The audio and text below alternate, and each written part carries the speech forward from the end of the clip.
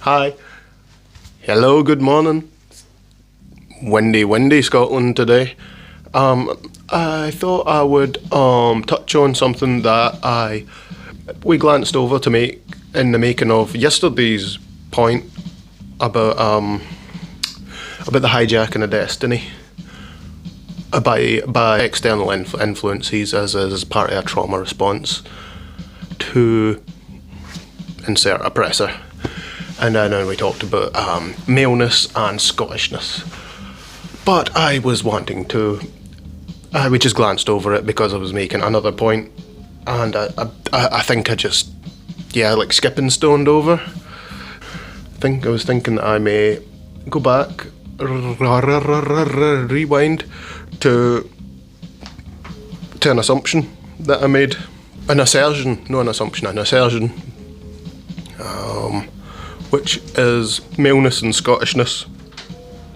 And, it's something to be noted is that I'm not all that learned on the subject, and therefore all of my opinions, which is all you're getting here, is opinions, is a lot of hinges on my experience, what I've seen, what's happened to me, and how I experienced it, and how I look back on it using the good old hindsight, and attach theories that work within the established theories that would accumulate to explain a lot of the behaviours that I have expressed, and I see expressed, and will be expressed in the future, in a situation like mine, in a country like mine.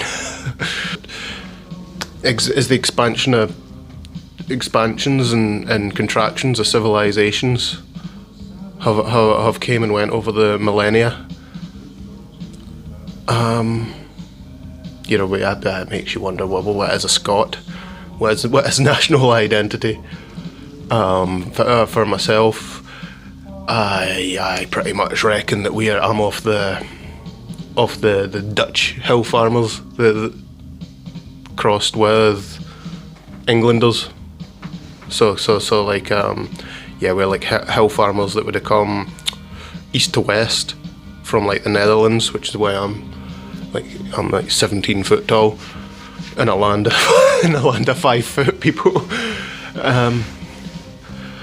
And then you get the Kentish. Well, like, for members of my family, I've looked into the genetic history, and yes, you don't want to overplay like genetic factors in influencing behaviour. You want to acknowledge them. But what's most likely is there's going to be a subtle, like a stirring of a solution, in a ever-changing cauldron, and the environment within the cauldron, the temperature, the ingredients, they all, like a soup. So Scotland was, it's been historically like a resistance. We resist.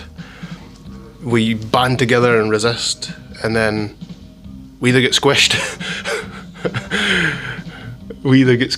Or in times of peace, we fragment, we relax, and then a quiet invasion happens.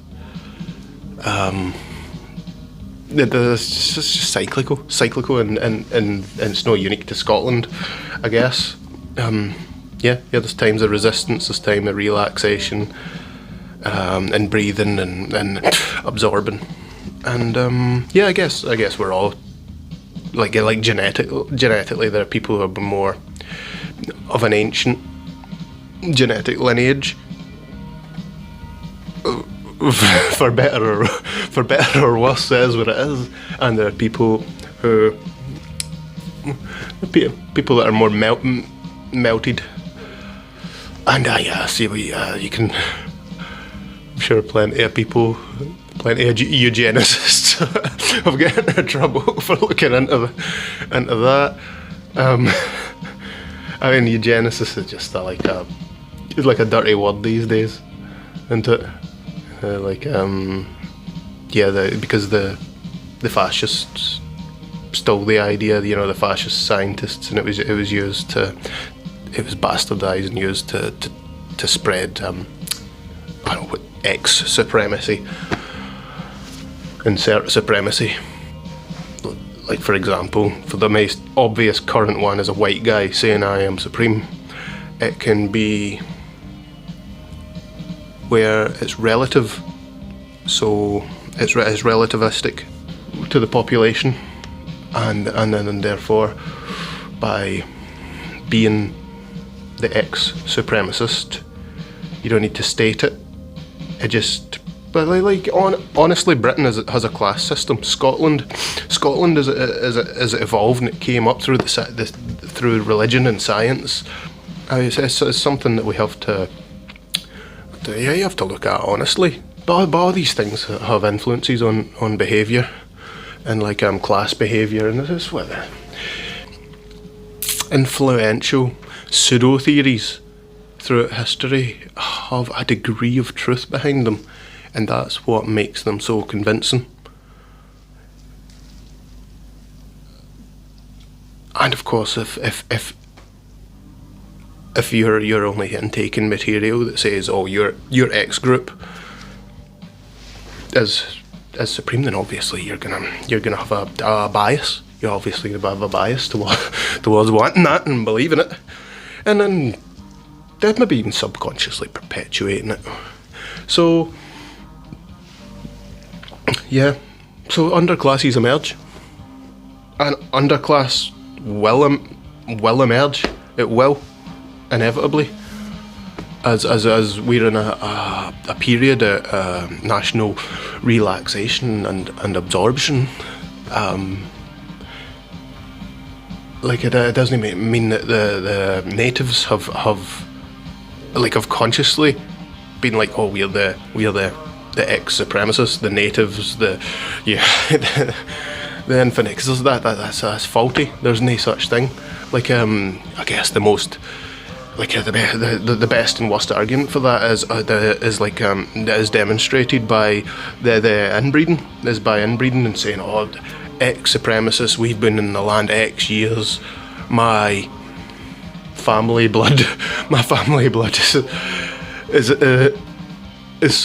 bloodline is so tight that if you were to take my blood and the family goat's blood, it would be it'd be genetically identical.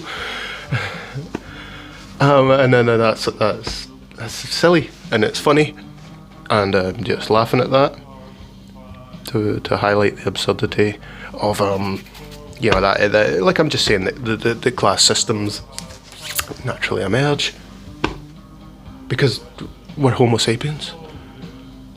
We're fucking smart monkeys. The blessing and a curse. But it is what it is. In my mind, it is what it is in class systems. And then what we're doing with the new underclass. And then they have to find their place in Scotland. And I was wondering if Scotland has the national identity and the resilience to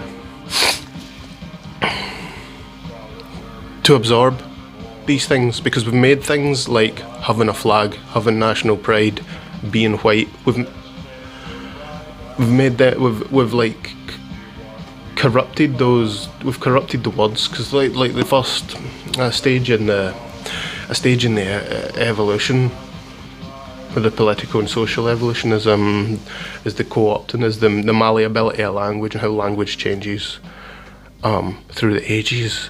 And a good friend of mine, a man that I love dearly, an Iranian, is very interested in the symbology and how it all goes back beyond language, and yeah, he's just these intellectual groups that I've come across online. They just humble me. I want to talk about my behaviour spin off you and talk about my behaviour online, because in the pursuit, in the entanglement, in the evolution of what I am, or how I the expression of my influences externally is tied back to my self-esteem and the knowledge that I'm not the smartest guy in the room, but what I can do is I can throw a curveball. I can speak in abstracts, and I can suggest things that perhaps are taboo if you were to discuss these things like in an academic way. The subject's kind of been corrupted. The language has been co-opted. The subject's been tabooed because it's been twisted by the evil men of history. And so I cannot be. I'm not the smartest guy in the room. I'm certainly not the most knowledgeable.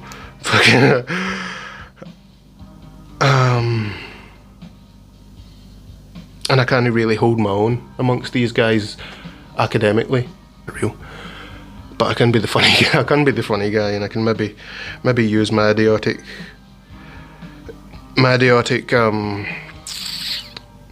curveball, trauma response, survival skill, whatever it is. Maybe I can use it for something positive, and I guess that's what a lot of people brilliant. A lot of the left wing, left field. Sorry, not a left wing. Jeez, yeah, a lot of the left field thinkers. The surprisers.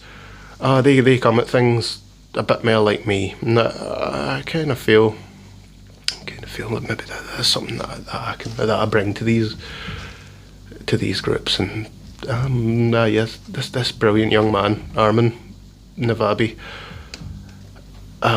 He's very interested in the symbology and how it transcends these ancient symbols. They go back further than history. They go back to languages, pre-languages. It's like it's what Francis Ford Coppola touched on in the beautiful movie Youth Without Youth. That demonstrated the last piece of magic. It demonstrated well the magic that he held and that he could wield in filmmaking, which was to speak to something much bigger and something a lot more metaphorical. Yeah, that's where he shined, along with like the cinematography, lighting, the other core tenets.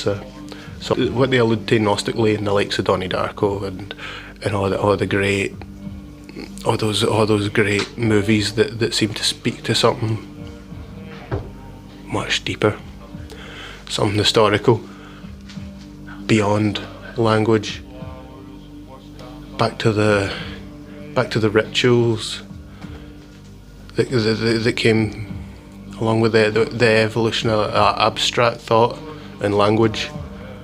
So this brilliant young man is really interested in ancient symbology and the tradition of Gnosticism that was passed, through long forgotten religions for the dawn of man, and then into recorded history, where we have the fragments like the Zoroastrians and the ancient Chinese and ancient Hindu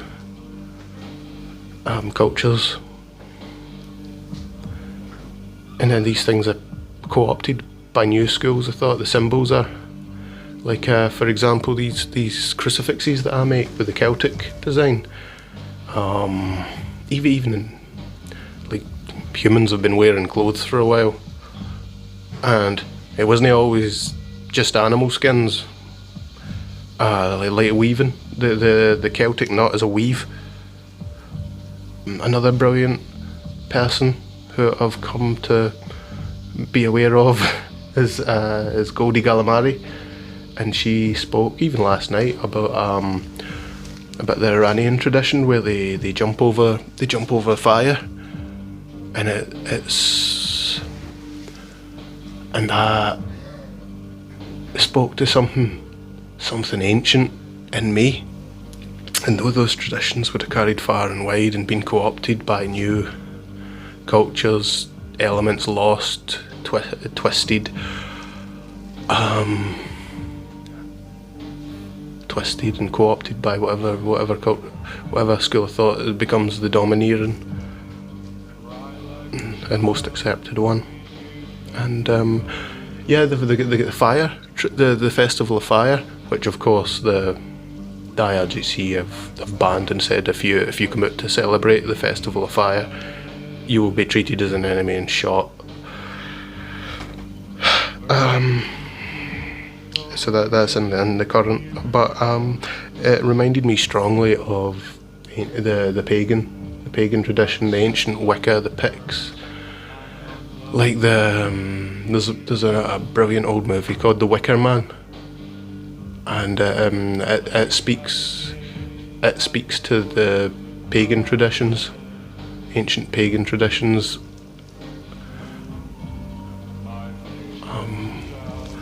And there's a scene in it in Lord Summerisle's mansion, and Sergeant Mackay looks out the window, and then there's this haunting folk song, and there's young women dancing around a fire, and I think it's like they're dancing around a fire and they're jumping over it, and they're doing that exact thing that Goldie described. They're super smart. They're super smart, smarter than me. That's why I resign myself to just being a funny idiot. I can't hold my own amongst them.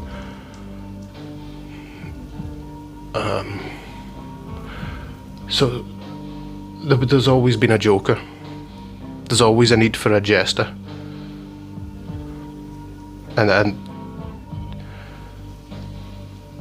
And the jester can get away with saying so much. And then the fool's not a fool. The fool, they're like if you want to look at chat behaviour, and we're all about free speech, but there is free speech, and then there's being half-witted, mealy-mouthed cretins who are being destructive, and there's like free speech and the pursuit of advancement through art, humour, fucking discussion, which I kind of keep up with.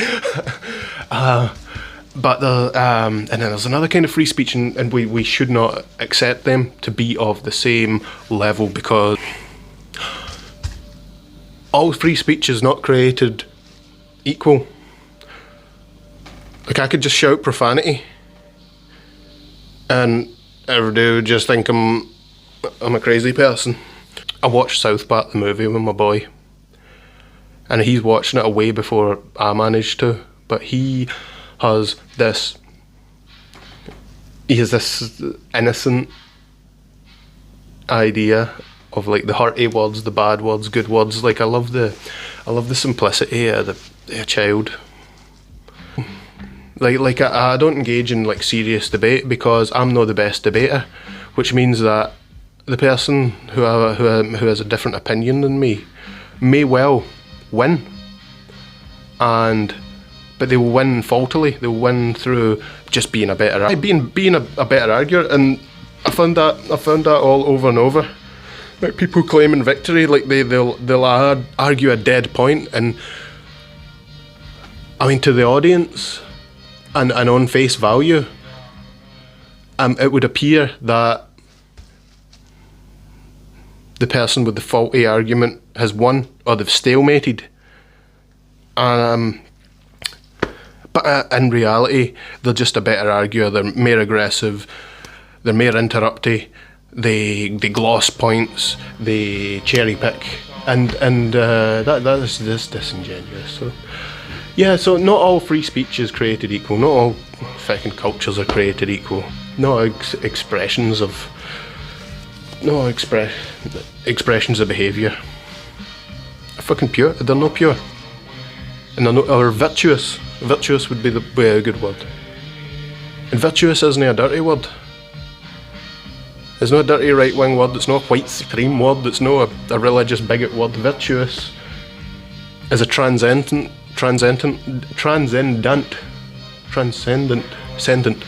word. God, that's not a word that I use. Virtue can be hinted at. But you try and put it can be alluded to. It can be honoured.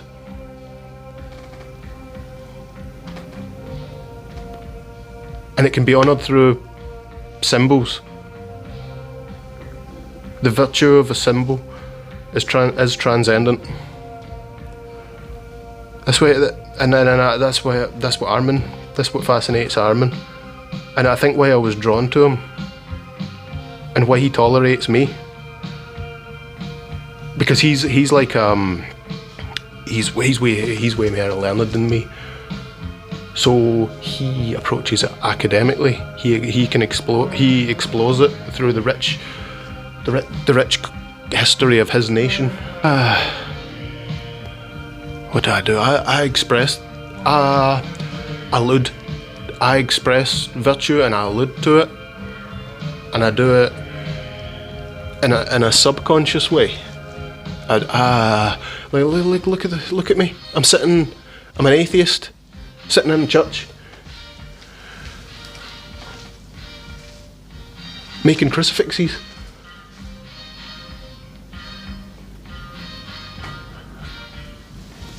The absurdity and the hypocrisy, the apparent hypocrisy is just baffling. Like I'm sitting in a church I grew up with, the one I broke faith from, and all the while I was here, my little brain was in abstractia, thinking of a million better uses for the place. And thinking about how much I waste of time. This doctrinal epistemological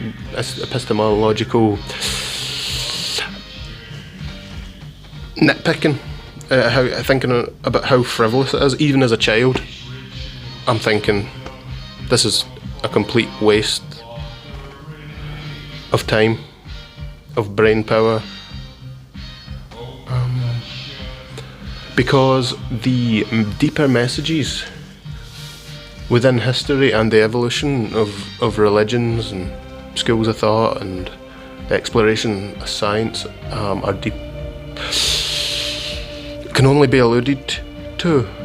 And then if you want to talk about a recent history, genetics, eugenics, all those bastardized subjects that are so easily corrupted, then Armin could probably could demonstrate how these symbols transcend these things, and if you want to really explore the evolution of the individual, the evolution of culture, the evolution of religion, and beyond history, and the ancient symbology is a way to do so. And it's the only, I think it may well be the only, because languages are lost, cultures are absorbed and smashed and co-opted by and then what we have left is rituals and symbols. For example, the fire jumping festival. Like, that really speaks deeply to me, because that to me is something beautiful and pagan, and it's like fertility.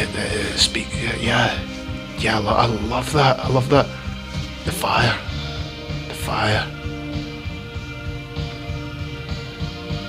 You think about the fire, the evolution of fire, the Homo sapiens, and our varied ancestors, the control of fire, the use of fire in cooking, for example, the Celtic weave, the weaves are clues to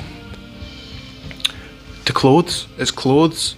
It's and think about natural clothes, fashion traditions.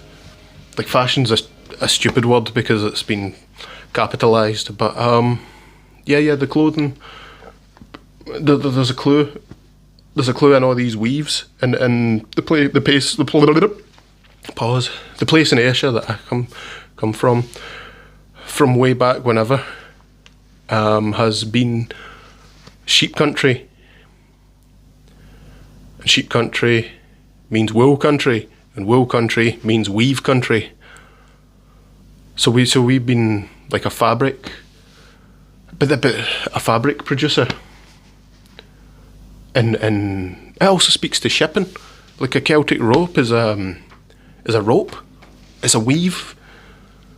It's about taking something short, something as short as a 3 centimetre strand of wool, single strand of wool, and then making something. And so I think that's I don't know, right?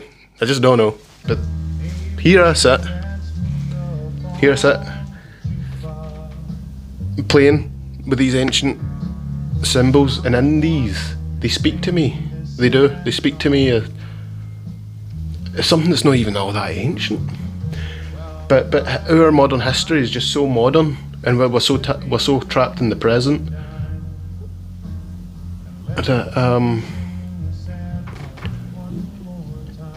Yeah. So what does the Celtic weave say to me? It says textile. It says fabric. It says warmth, security, fashion, national identity through patterns and clothes. What else does it say? It says maritime. You can make shipping ropes, mooring ropes, traps. You can bind. You can make a ship. If you got a bit of wood and the knowledge how to make a rope, man, you could sail to the other side of the world.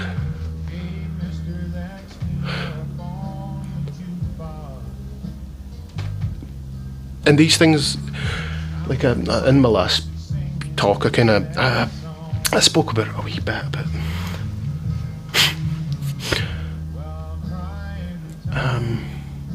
about how these cycles were playing parts, the illusion of free will, we're playing whatever, like all our decisions are so heavily influenced that they're almost like decisions at all, and then history recycles and nothing's original, and yeah, you push it into the immediate future, and you think about space exploration and how like in Star Trek it's the final frontier. I think we've got this ancient symbols of the Celtic ropes and the wood carving and embossing and the other kind of carving. Yeah, you get bossing and then you get etching. And then I was thinking about the stone working techniques and the ancient stone polishing goes back a million years to the flint, to tool making, to once again to the most ancient domination of nature, or would you call it utilization of nature? Like knowing that a flint flakes in a certain way, that type of rock will behave in this predictable way. And then jewellery making, which is a luxury, classist institution. And then you think about me going out finding these mad rocks all over Ayrshire, and then I use techniques that are ancient, like go back to like to the cradle of civilization, the stone turning, grades of polish, and then you think about how computers are made, how circuitry, how those little chips are made in those machines, and they machines are just super advanced versions of lapidary, where it's taking it down in layers. And there's I think maybe if you can decipher the echoes of the past through symbology and through language, and you never know exactly, but you can metaphorize, you can abstract out, and by looking at and there, I believe that there's a way of looking into the future, or even just getting your head around the present, and you kind of have to get your head around the present, the past, the present, to be able to look at the future. Is there hope in the future? I'll not be here. My generations, my genetic lineage won't be here. We've got to think beyond the present to the future, and these things are all tied together.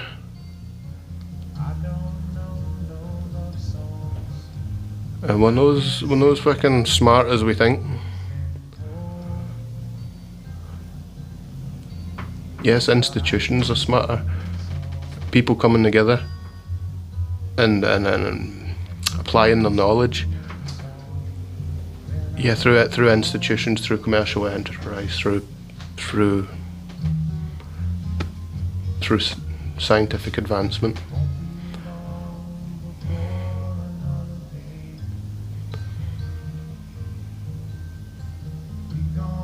And then and we stand on the shoulder of giants. Except the giants that we stand on the shoulders they're primitive. We stand on the shoulders of primates.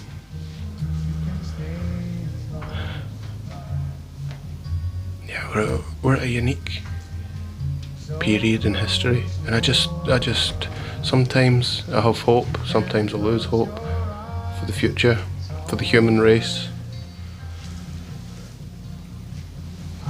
But there's got to be a fight. There's got to be a struggle. And there is always going to be a struggle. Because if you look in the past,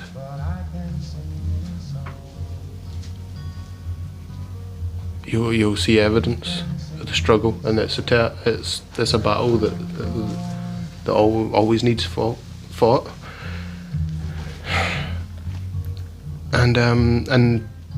And absolutely seesaw, roller coaster, roundabout way, that brings us back to maleness and Scottishness, and the clan system in Scotland, and something that I found very interesting through thank you AI for guiding my interests. So yeah. Anyway, hats off to AI.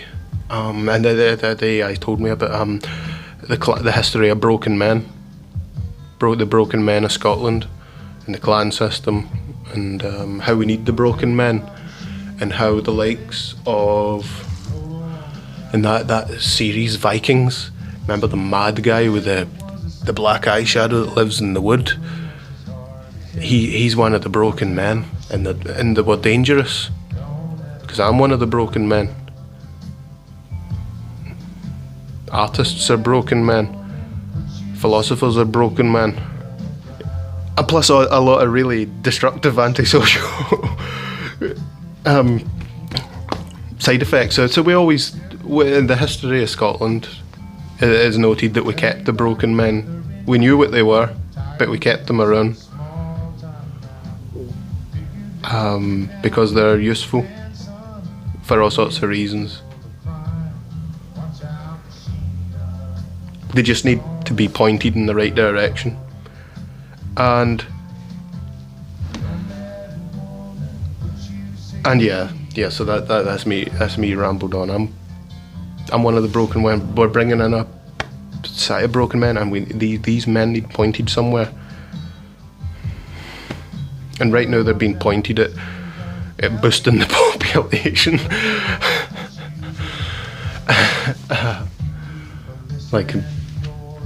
is as unpleasant and offensive as that may seem to somebody's faulty sense of nationalism, of national pride, of genetic identity. It's always been a part of history, and right now, I guess we need a population boost, and I guess in a generation that the broken men will, their brains will have reached the evolution point where the impulse is under control, the behaviour is under control. They're the new underclass, like it or not, through design or accident. These things are cyclical.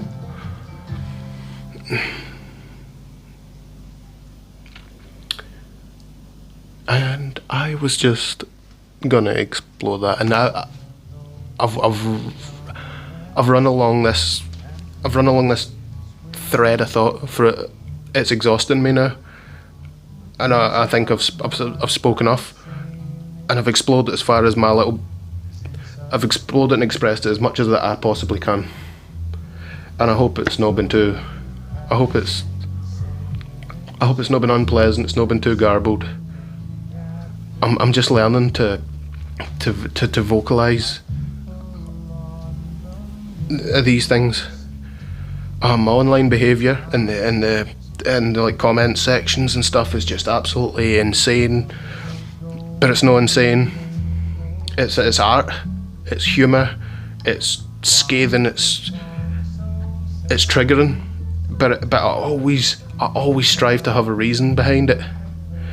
And that takes us back to something as insignificant as behaviour in a comments section on YouTube Live, and how not all speech is equal, no all people are equal, no cultures are equal, and then we've got to just accept the reality of that, and in accepting it, perhaps we can see a way of, if no going back, of retaining and allowing our Scottish identity to evolve.